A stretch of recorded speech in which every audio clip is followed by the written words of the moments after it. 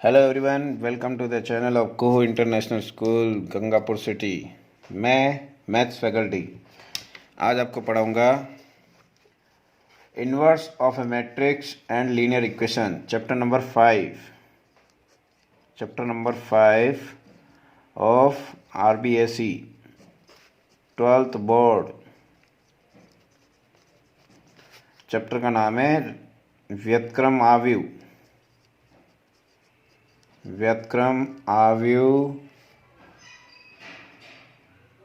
एवं रैखिक समीकरण।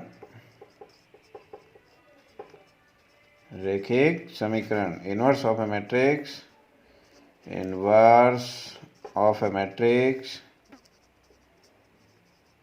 एंड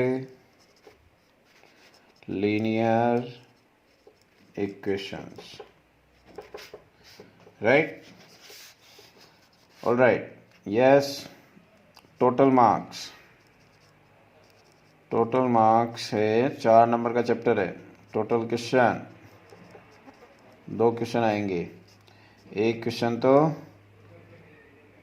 1 मार्क्स का आएगा और एक क्वेश्चन 3 मार्क्स का आएगा। हो गए टोटल 4। तो ये रहेगा अपना।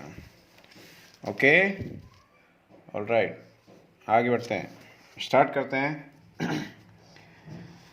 चैप्टर नंबर 5 स्टार्ट करते हैं। फर्स्ट टॉपिक सहखंडज आव्यूह। सहखंडज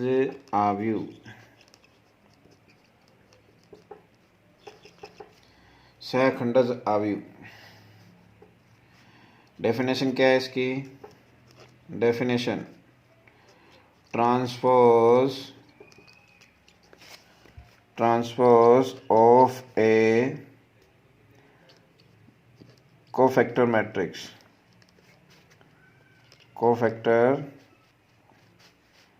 स्क्वायर मैट्रिक्स। कहने का मतलब सहखंड की परिवर्त मैट्रिक्स, सहखंडों की परिवर्त आव्यूह, वर्ग आव्यूह, सहखंडज आव्यूह कहलाती है।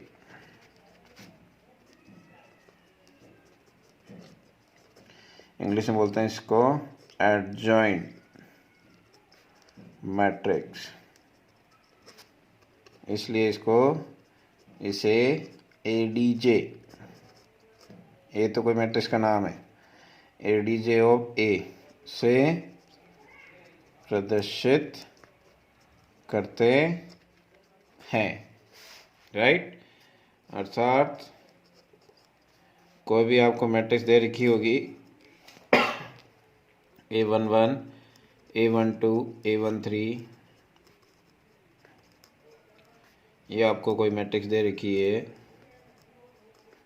तो इसका एडजॉइंट ए कैसे फाइंड करेंगे? तो देखिए, सारे एलिमेंट के कोफैक्टर फाइंड करने हैं। सहखंड ज्ञात करना पढ़ाया था इससे पहले वाले लेक्चर में। तो इसका सहखंड कैसे प्रदर्शित करेंगे? कैपिटल A11 से A12, A13, A21, 22 और 23, 31, 32, A33 का परिवर्त, इसका परिवर्त करना है, ट्रांसपोज। ये हो जाएगा एडजॉइंट ऑफ ए। समझ में आया? एक क्वेश्चन देख लेते हैं। एग्जाम्पल, मान लो कोई मैट्रिक्स दे रखी है आपको, कुछ भी मान लो, तो एडीजे ऑफ ए फाइंड करना है। तो कैसे करेंगे? मैंने क्या कहा था, इनके सहखंड ज्ञात करने पड़ेंगे। पहले फॉर्मूला लिख लो, ADJ of A is equal to A11, A12, A13, A21, A22, 23, 31, 32, 33 का ट्रांसपोज। तो A11 क्या है यहाँ पर देखो, दोबारा समझें इसको, सहखंड को। A11 क्या होता है? बोला था ना, ये देखो कि समय विषय में समय तो प्लस लिख दो बाहर, ठीक, समय तो प्लस लिख दो, विषय तो माइनस लिख दिया करो। और फिर वही A11 first row first column पर जो एलिमेंट है उससे संबंधित पंक्ति व स्तंभ को हटा दो और बाकी जो सारणी बची है उसका मान लिख दो। ठीक है, यही होता है बस। तो देखो ये बच रहा है 2 3 4 5, तो इसमें वो वही विधि लगाओ 2 3 4 5, 2 इंटू 2 सारणी खोल करने की विधि, 10 माइनस 12 कितना आ गया -2। इस तरह से सारे याद करने पड़ेंगे। देखो यहाँ पर 1 2 विषम है तो इसलिए माइनस आ गया बार। ओके, समझ में आ रहा है। -3 से संबंधित पंक्ति व स्तंभ को हटाओ, ये स्तंभ और ये पंक्ति हटा दो। 1 3 0 5, तो क्या आ रहा है 5 आ रहा है, तो आंसर आ गया -5। 1 3 समय प्लस लगा दो, हटाओ इसको 4 आ जाएगा, 0 हो जाएगा नहीं तो 2 इंटू 2 को हल करना आना चाहिए।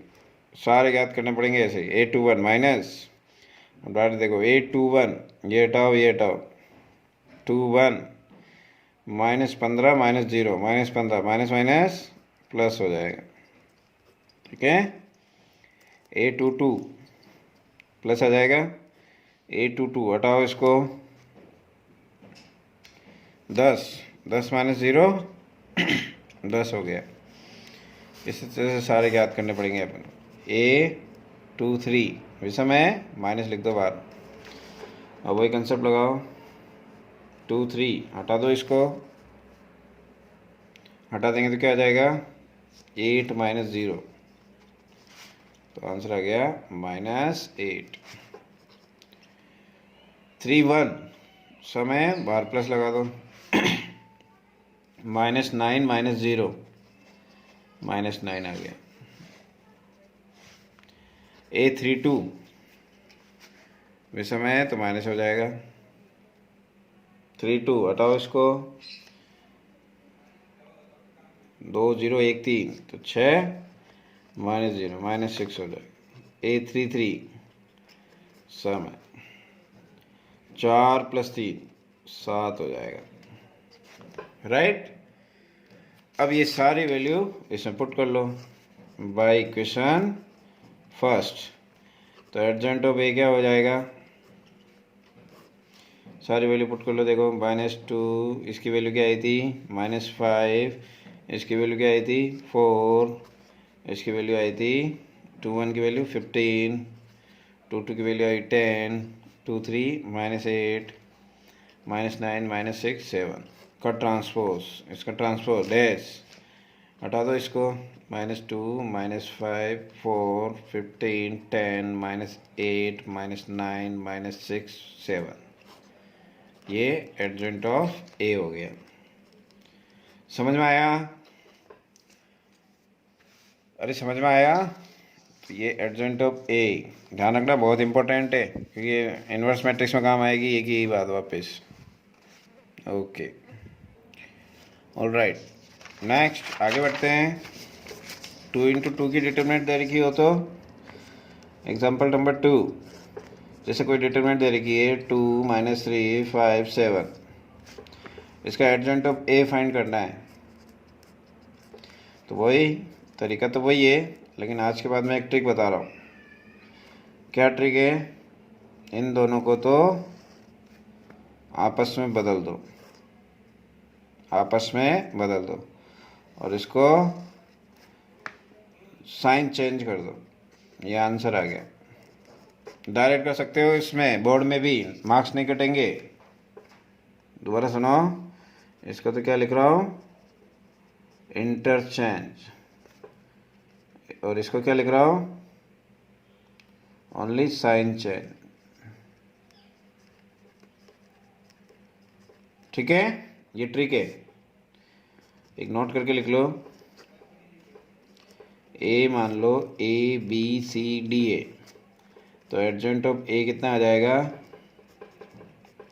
एडजेंट ऑफ ए आ जाएगा डायरेक्ट DA -B और -C, और यह माइनस है तो प्लस कर लेंगे, डायरेक्ट हो गए।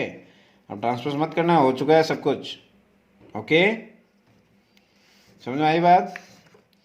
अब मेथड से सीखना चाहो तो ये भी सीखो। देखो एडजॉइंट ए का फॉर्मूला क्या था? A11 A12 A21 A22, ये फॉर्मूला था। कडेस तो A11 क्या है? इसको हटाओ 7 प्लस आ जाएगा 7, तो ये 7 हो गया। A12 माइनस आएगा 12, इसको हटा दो तो कितना हो गया 5, ओके -5 हो गया। A21 माइनस, इसको हटा दो -3, तो क्या हो गया 3। A22 प्लस, इसको हटा दो तो क्या बच गया 2 ही आएगी वे डिटरमिनेंट उसकी। और इसमें वैल्यू पुट कर लो तो adjoint of A is equal to, value put कर लो 7 - 5 3 2। अब लेकिन ट्रांसपोज हटाओ तो 7 - 5 3 2, राइट। देखो ऊपर के अनुसार ही सेम आंसर आ रहा है। तो ट्रिक समझ में आई? पहले वाले विकर्ण के तो आपस में बदल दो, दूसरे वाले विकर्ण के अवयवों का चिन्ह चेंज कर दो। माइनस है तो प्लस कर लो, प्लस है तो माइनस कर लो, ऐसे होता है। यहाँ पे जो चिन्ह है वो चेंज कर लो, ठीक है। अभी वे के ही रहेंगे। समझ में आ गया? ऑलराइट।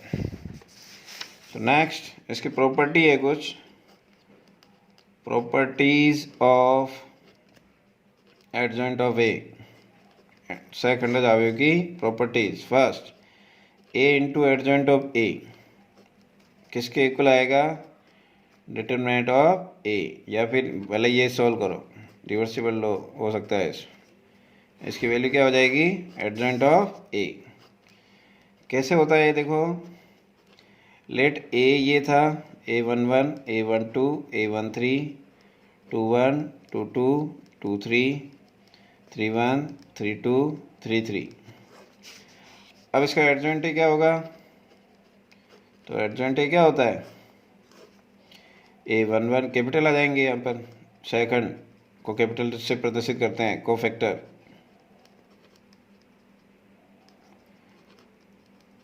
ये के सहखंड आ गए। अब इसका ट्रांसपोज भी होता था, तो ट्रांसपोज को हटाओ तो ये ऐसे आ जाएंगे, राइट। ट्रांसपोज हटाना परिवर्त आव्यू, ओके, ये ऐसे आ गए। अब नेक्स्ट पेज पे देखो, LHS ले लो। LHS लेने पर तो LHS क्या है? A into adjoint of A, तो A into adjoint of A की वैल्यू पुट कर लो। A11 A12 A13 A21 A22 23 A31 32 A33, right. Yes, यहाँ पर एडजॉइंट A की वैल्यू हो जाएगी A11 A12 A13 A21 A22 A23 A31 32 A33। RC method multiply करना है दो मैट्रिक्स को, तो मल्टीप्लाई करते हैं। तो देखें A11 RC मेथड प्रत्येक रो सारे कॉलम से मल्टीप्लाई होगी। तो A11 capital A11 A12 capital A12 plus A13 capital A13। Next column, तो आप भी नेक्स्ट कॉलम में चले जाओ। A11 A21 A12 A22 A13 A23। फिर यहाँ पर A11 A31 और A12 A32, ये इससे मल्टीप्लाई हो जाएगी A13 A33।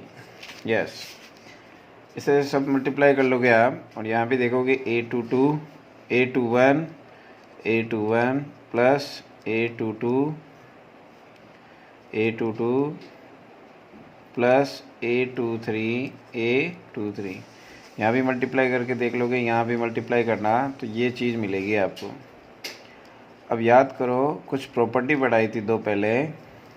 क्या प्रॉपर्टी थी कि ये सेम हो, ये सेम हो, तो इसका आंसर हो जाता है डिटरमिनेंट ऑफ ए, और ये एक रो के एलिमेंट दूसरी रो के कोफैक्टर, तो इसका आंसर होता जाता है 0।